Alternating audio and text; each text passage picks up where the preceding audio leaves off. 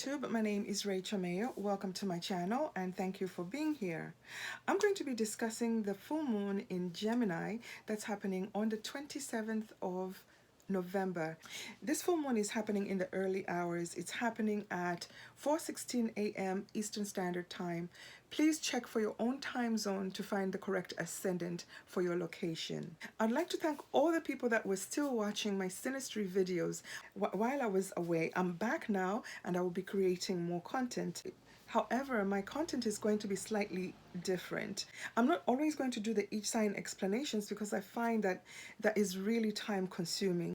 I would rather spend more time on one-to-one readings, and that is exactly what I was doing while I was away. So to all my viewers and subscribers that bought readings from me while I was not on YouTube, thank you so much, and please come back. I'm going to be running a 30% discount on most of my readings for a limited time. So if you've always wanted to buy a reading from me, this would be an excellent time for you to purchase a reading. This has been a really intense and dramatic year, and especially challenging for people who have placements in the fixed signs. Now we're having some type of relief because the nodes have moved out of the sign of Taurus and Scorpio and are now currently transiting the sign of Aries and Libra. This is a much lighter energy for us. We can cope with this. We're just not used to making changes. We like to have things the same. So a lot of things got turned upside down in our life, and most of us are taking a new journey, or suddenly we have a different view of the bigger picture. Let's get back to the full moon in Gemini. This full moon is going to highlight important conversations. The full moon is happening in the sign of Gemini. Gemini is the natural third house of the zodiac. This sign rules over communication, speech, thought, our mind. It also rules over the small, intricate details. It rules communication, the communication that occurs on our cell phones, our day-to-day communications and operations of things in our life. This full moon is occurring on the polarity of the 3rd and 9th house axis.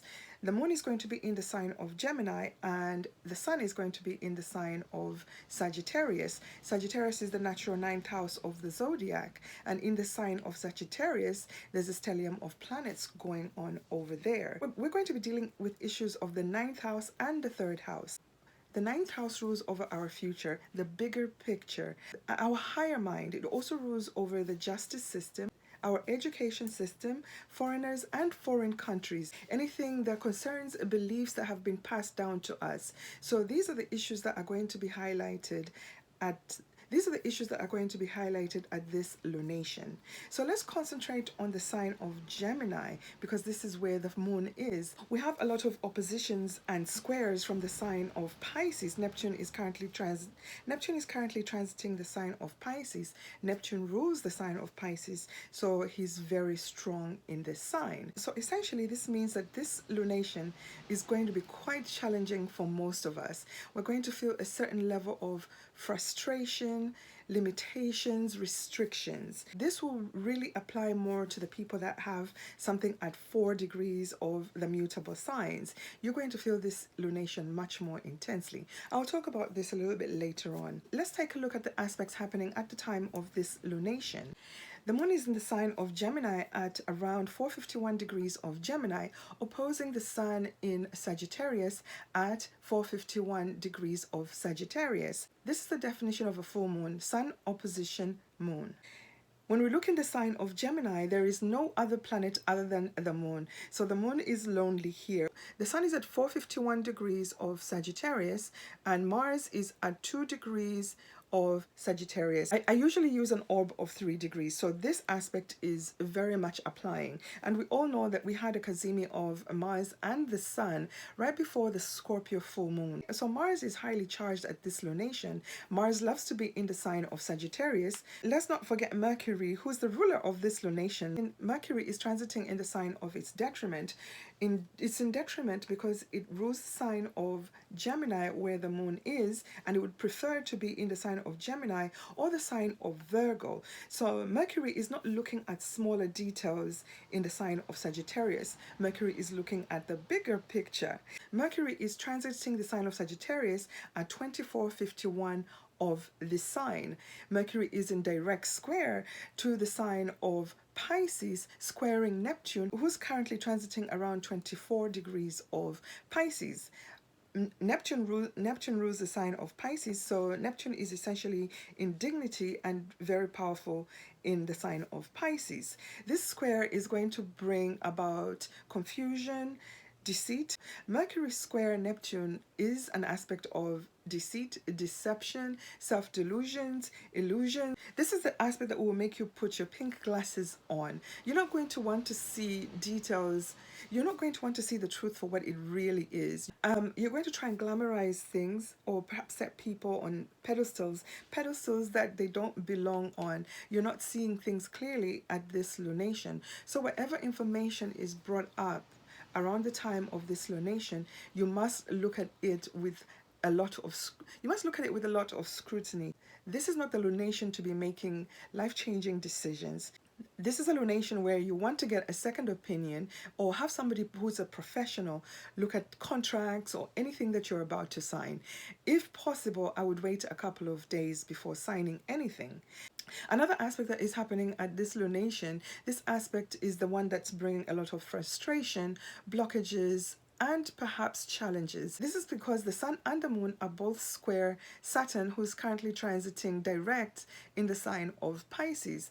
This is a very, very frustrating aspect. So when you look at the whole picture here, we have a T-square. We have the Sun opposite the Sun, and we have the Sun and the Moon opposite the Sun, both squaring Saturn.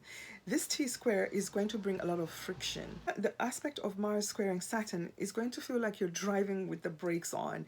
You're not going to really make much progress at the time of this lunation unless you're really following exactly what Saturn wants you to do. All the rules, the regulations, and listening to authority figures, because at this time, this is the time we might likely hear a no from authority figures, or from or if we're not following the rules and the regulations, we could possibly get ourselves into some trouble.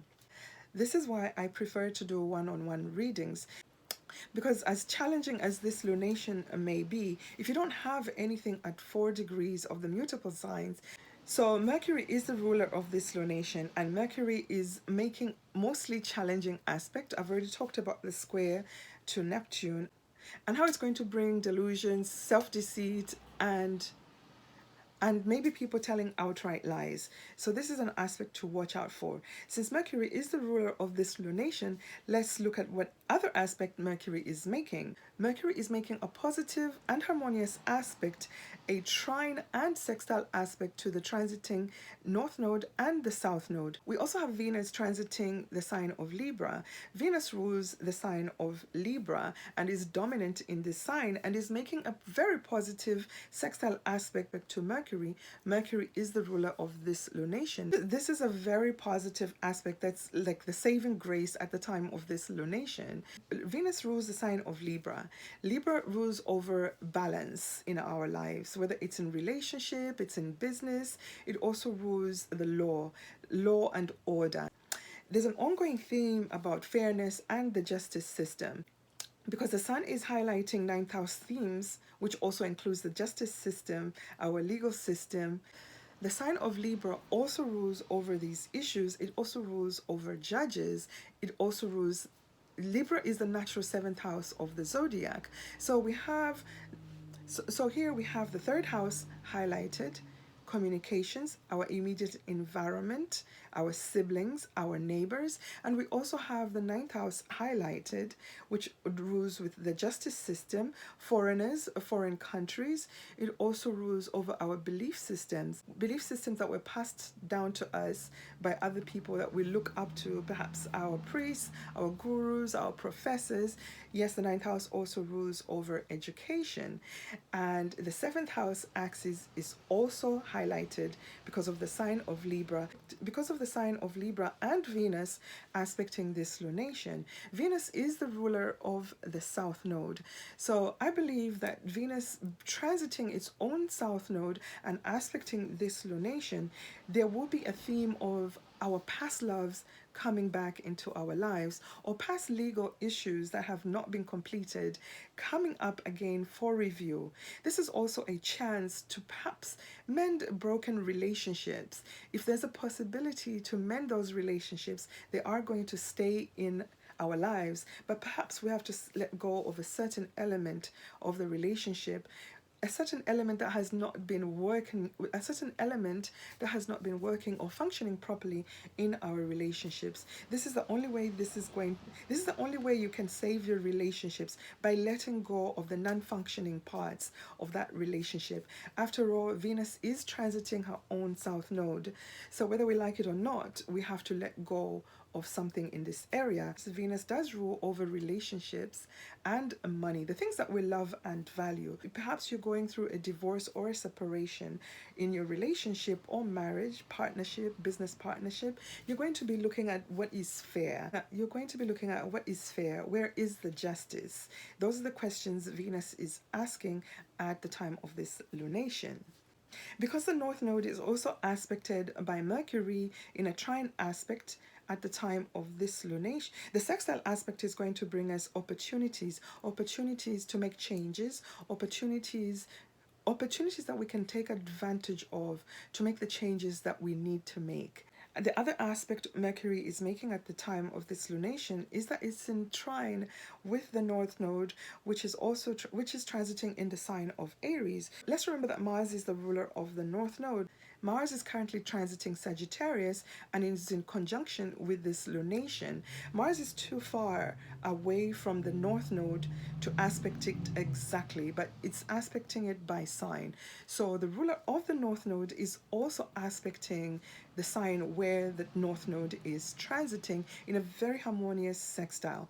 So amidst all the confusion and the anger, and amidst all the confusion, the anger, the emotional turmoil that we're going to feel because of the square from Saturn to the moon, this is quite a depressing action, because we're going to be pushed into taking actions that don't really make us feel good about ourselves, or the said action that we're taking.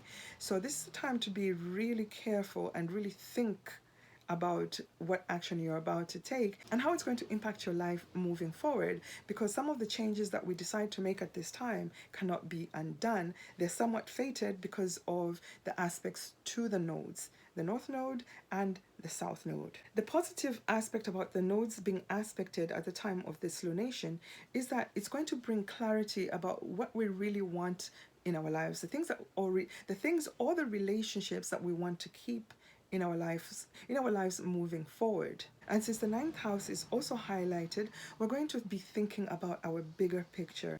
So who's going to be affected the most by this lunation?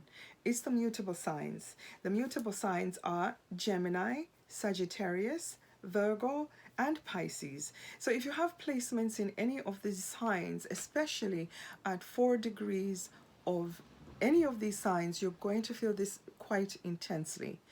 And if you have something at 4 degrees Virgo, you're going to feel this really intense out of all the mutable signs. You're going to find this lunation quite challenging, because it's going to form what we call a grand mutable square in your own personal chart. Grand mutable square will push you into taking action that you may actually not be ready to take at this time, perhaps because you don't have all the information.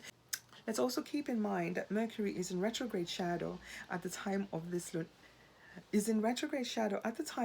lunation. So all the things that are going to be happening around this time are things that we're probably going to have to revisit when Mercury comes back to this degree. Sagittarians will feel this lunation intensely because they have 3 planets, a stellium, in their sign.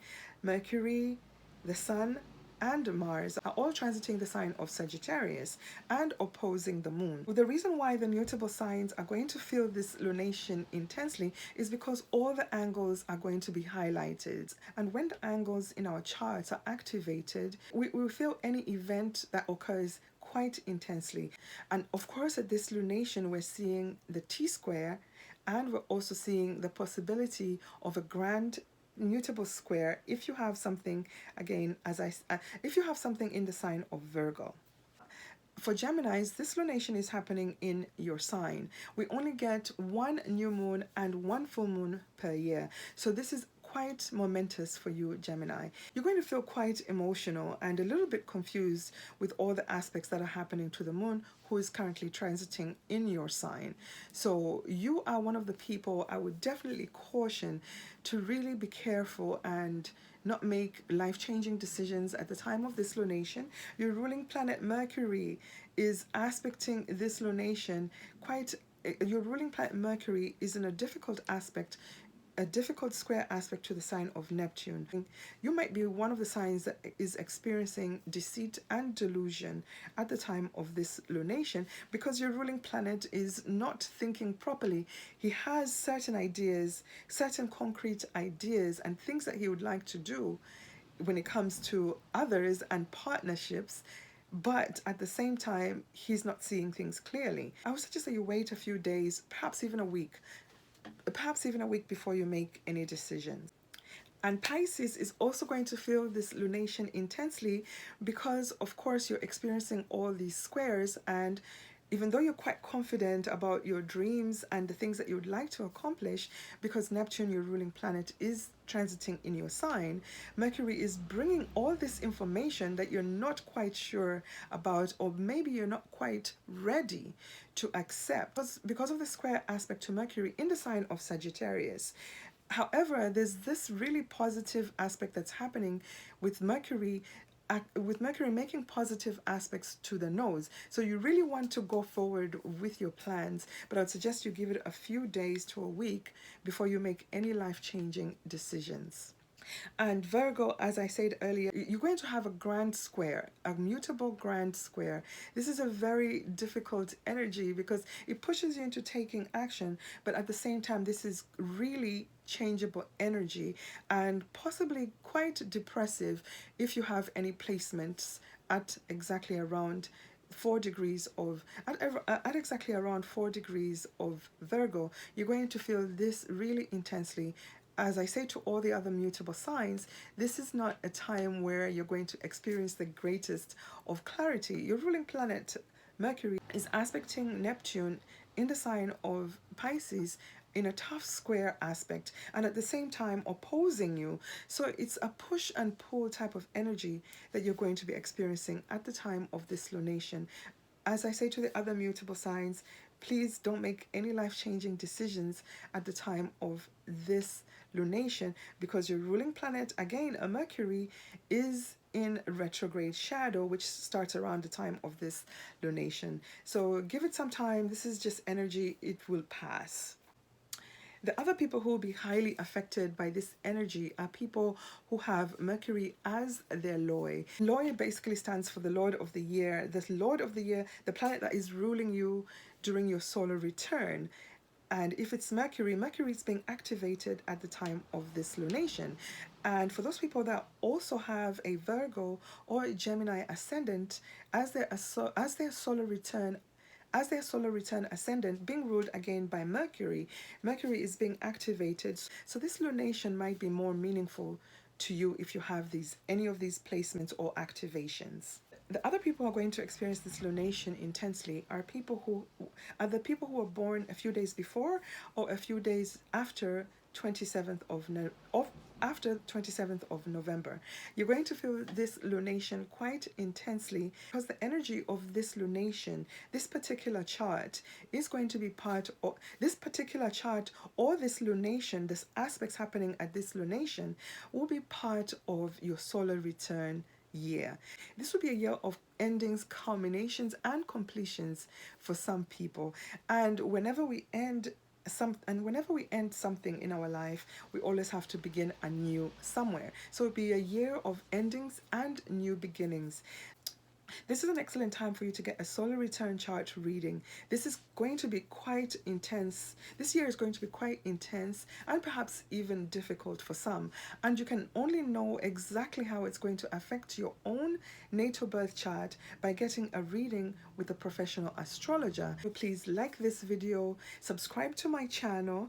I'm back, so let's let the algorithm know that I'm back and that I'll be making videos. So like, share this video, and if you want a free solar return chart reading with me, I'm doing a promotion for that. All you have to do is like this video, share this video, and leave me a comment in the comment section of this video saying free solar. Make sure you're subscribed to this channel and make sure your subscription is public so that I may see you and be able to pick you out as a winner. I'll be announcing the winner at the time of the next lunation video. So that's just barely 2 weeks away. This is an opportunity for you to win a free 30-minute solar return chart reading with me.